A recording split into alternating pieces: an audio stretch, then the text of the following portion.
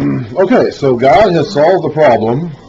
The Redeemer has come to Zion. The Redeemer is going to come to Zion. So now what? What's the next thing now? Arise, shine, for your light has come, and the glory of the Lord rises upon you. See, darkness covers the earth, and thick darkness is over the people. But the Lord rises upon you, and his glory appears over you. Nations will come to your light, and kings to the brightness of your dawn. Lift up your eyes and look about. Now he's talking to Jerusalem here. He's kind of personifying Jerusalem as the people. Lift up your eyes and look about you. All assemble and come to you. Your sons come from afar, and your daughters are carried on the arm. Then you will look. We already mentioned this a few chapters ago. This is not the first time we've gone over this imagery of Zion's children being brought back to her. Some of this does refer strictly to the return from exile. Some of it refers to the city being rebuilt after the return from exile. But a lot of this also looks ahead to the coming of the Anointed One and the kingdom that he'll set up. And even beyond that, to the return of the Anointed One and the kingdom he consummates at the end of all time. There's a lot going on here in these few chapters. Then you will look and be radiant. Your heart will throb and swell with joy. The wealth on the seas will be brought to you. To you, the riches of the nations will come. Herds of camels will cover your land. Young camels of Midian and Ephah. Those are nations. Midian was one of their kinsman nations from one of Abraham's other sons from his second wife. Ephah is related to Midian. And all from Sheba will come, bearing gold and incense, and proclaiming the praise of the Lord. Sheba, of course, is a nation where the queen of Sheba came from in the days of Solomon, and brought gifts to Solomon and tested him with his wisdom and was impressed and admired him very much. And so this is an imagery, again, hearkening back to the Solomon days. Just like it was in the days of Solomon, when the nations came and brought gifts and tributes to you, they're going to do that again. All Kedar's flocks will be gathered to you. The rams of Nebaioth will serve you. Again, just people groups in that area. They will be accepted as offerings on my altar, and I will adorn my glorious temple. Who are these that fly along like clouds, like doves to their nests? Surely the islands, look to me, or the islands are all those far-off lands of the Mediterranean Sea. But Isaiah thinks of the world and tries to communicate the idea of people in the farthest reaches of the planet as he knows it.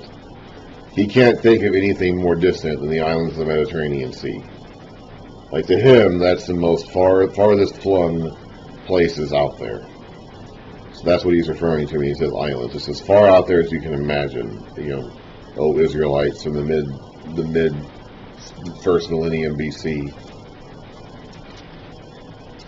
Surely the islands look to me. In the lead are the ships of Tarshish, the trading ships. And again, that was something else that Solomon had, ships from Tarshish coming to him bearing stuff via his partnership with Hiram, king of Tyre at the time. Bringing your sons from afar with their silver and gold, to the honor of the Lord your God, the Holy One of Israel. For he has endowed you with splendor. Foreigners will rebuild your walls, and their kings will serve you. Again, that goes back to the Solomon's days. Solomon conscripted labor forces from outside Israel to build his temple and got the materials from Hiram, king of Tyre. And his father David had set that up too in his day. So this is all going to happen again. All the glory that Israel had before, they're going to have again, and then some. Though in anger I struck you, in favor I will show you compassion. Your gates will always stand open. They will never be shut, day or night, so that men may bring you the wealth of the nations, their kings led in triumphal procession. For the nation or kingdom that will not serve you will perish. It will be utterly ruined. Now we have to start looking up some of the verses at the end of the Bible.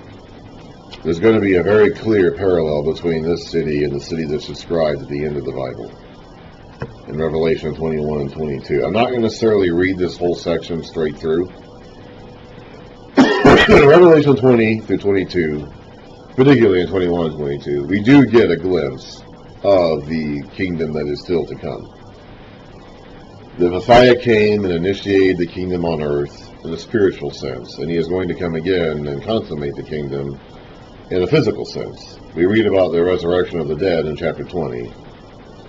And 21, and then the abolishment, the final destruction and abolishment of all that stands against God. That happens in chapter 20. So that's done over with. So in 21 and 22, all the sin is gone, all the enemies of God are gone. Then they're wiped out. They're burned up in the fire and they are gone, never to come back. So 21 and 22 is a vision of this perfect, glorious future where there's nothing but the kingdom. There are no elements left in creation that have not agreed to bend the knee to God. All the rebellion, all of those who didn't want to obey God are gone. And so that's the picture the Bible ends with in chapter 21 and 22 of Revelation. And it's described as a city. And this city is a group of people, really. It's not actually a city, per se. It's the bride of Christ. It's the life of God. It's his people. All throughout the Bible, from beginning to end, we see it in the Old Testament and the New. The people of God are compared to as the bride of God, or the bride of Christ. So this city, which is identified here, is described here in these two chapters, is identified as the bride of Christ, which means it's the people of God. So, here is a few verses that correlate to what we just read. Revelation 21, starting in verse 23.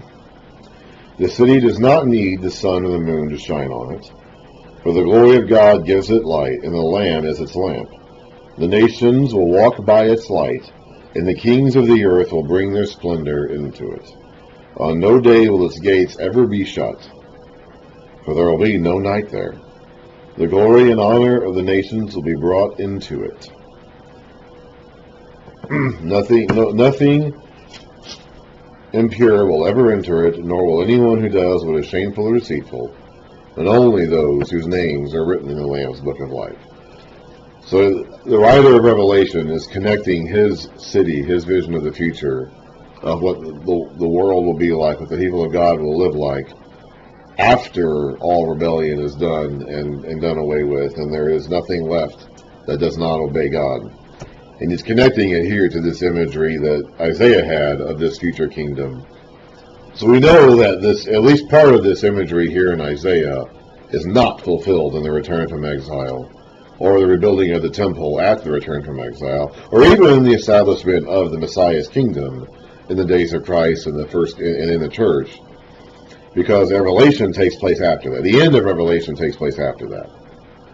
Those last two chapters of Revelation take place after the defeat of the final defeat and banishment of all evil, and after the curse is removed. And that has yet to happen. That has not yet happened even today. So some of this stuff here in Isaiah 60 through 63 is not fulfilled in the historical events that have already happened. Some of it connects with the vision of the kingdom to come, even to now, after the kingdom is consummated, when the anointed one returns. So keep that in mind. We're going to keep track of that as we go, because there's four different types of fulfillments here. There's a return from exile, which happened starting in the 530s BC. Then there is the actual rebuilding of the temple and the city wall, which happened over the generation, the next few decades after that. That actually happened, and the Old Testament will cover that. The Old Testament will cover those things happening. Then there is the establishment of the Messiah's kingdom, which comes in the days of Jesus. Jesus is the Messiah. He is the anointed one. He establishes this kingdom, and that's the church on earth. And it's a spiritual kingdom that inhabits the entire earth. And then there is the consummation of this kingdom, which is the return of the anointed one, the return of the Messiah, at which time all enemies are removed, not just defeated like they were in his initial coming. He defeated his enemies, But in his second coming, he will destroy them. He will get rid of them forever. They will be gone, and there will be nothing but his kingdom. And the curse and the effects of the curse will be finally undone. So there are 4 different stages of development here. And the sections here in Isaiah, and we'll see this again in Ezekiel, are going to be kind of... Isaiah doesn't know this, okay? Isaiah, from where he is in history, doesn't know this. He does not know what the Anointed One's kingdom is going to look like, or how it's going to be initiated or inaugurated, or the fact that it's going to happen in stages. He does not know that, okay? Ezekiel does not know that. So Isaiah is giving you this big picture of this glorious kingdom, and he does not know that this kingdom is going to be, this picture is going to come into place in stages over the course of a long period of time. He does not know that.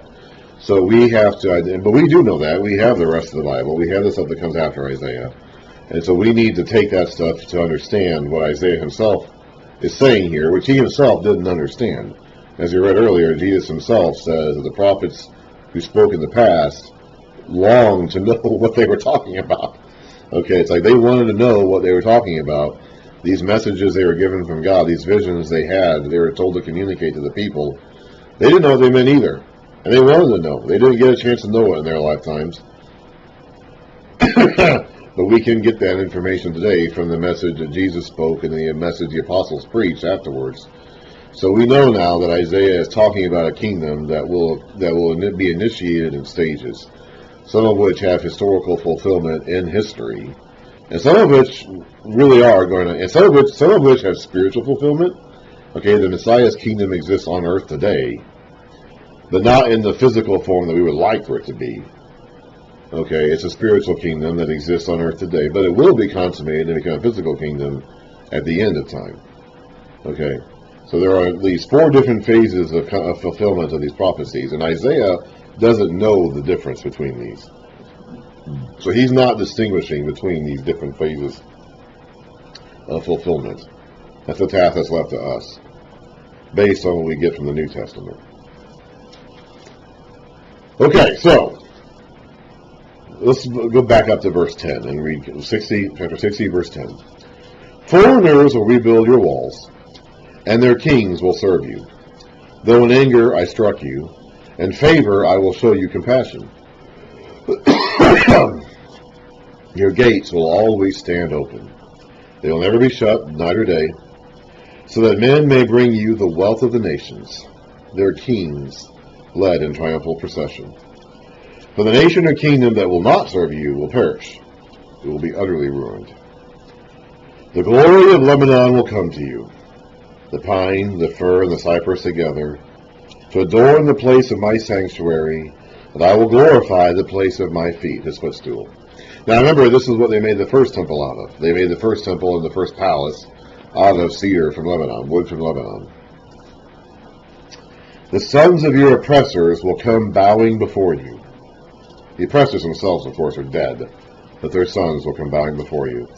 All who despise you now will bow down at your feet, and will call you the city of the Lord, Zion of the Holy One of Israel.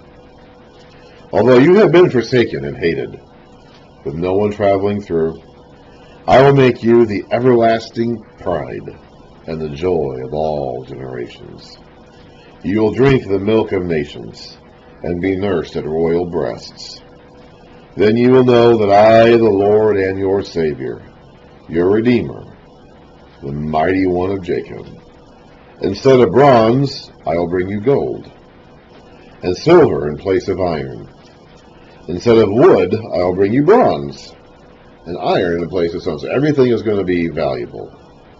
The valuable stuff is going to be replaced with stuff that's even more valuable, and the less valuable stuff is going to be replaced with stuff that's valuable. Everything is going to get an upgrade. Everything is going to be better than it is now. I will make peace your governor, and righteousness your ruler. No longer will violence be heard in your land, nor ruin or destruction within your borders. But you will call your walls salvation, and your gates praise. The sun will no more be your light by day, nor will the brightness of the moon shine on you. There's that whole no sun or moon imagery again. For the Lord will be your everlasting light, and your God will be your glory. Your sun will never set again, and your moon will wane no more. The Lord will be your everlasting light, and your days of sorrow will end. Then will all your people be righteous, and they will possess the land forever. They are the shoot I have planted, the work of my hands, for the display of my splendor. This is the remnant. Remember that remnant imagery we were talking about? How out of the remnant of Israel, out of the batch of Israel, most of them are going to be destroyed because they're wicked and not following God. But there will be a remnant. And there's a physical remnant and a spiritual remnant that somewhat overlap and are somewhat distinct. The physical remnant are literally the people who survive. They survive the invasion, they survive the exile, they come back to the land. Like they're literally physically alive, or their descendants are at least alive after the exile and invasion and all that. Then you have the spiritual remnant, those who hang on to God, who are spiritually among the redeemed and get added to his. We read in Revelation about this book of life idea. Those are the ones whose names are in the Lamb's book of life. Some of them would be part of the physical remnant. Some of them may not be. Some of the spiritual. We read earlier about the righteous dying ahead of time. Okay, some of them may have died in the exile or before the exile. So maybe some of them weren't part of the physical remnant. Maybe some of them were. Maybe some of the physical remnant wasn't part of the spiritual remnant. And maybe some of the physical remnant didn't get redeemed spiritually. But these people, this remnant, it was reduced to a stubble. But this is the shoot I have planted, the work of my hands, for the display of my splendor. The least of you will become 1,000, the smallest a mighty nation. I am the Lord, and it's time I will do this swiftly.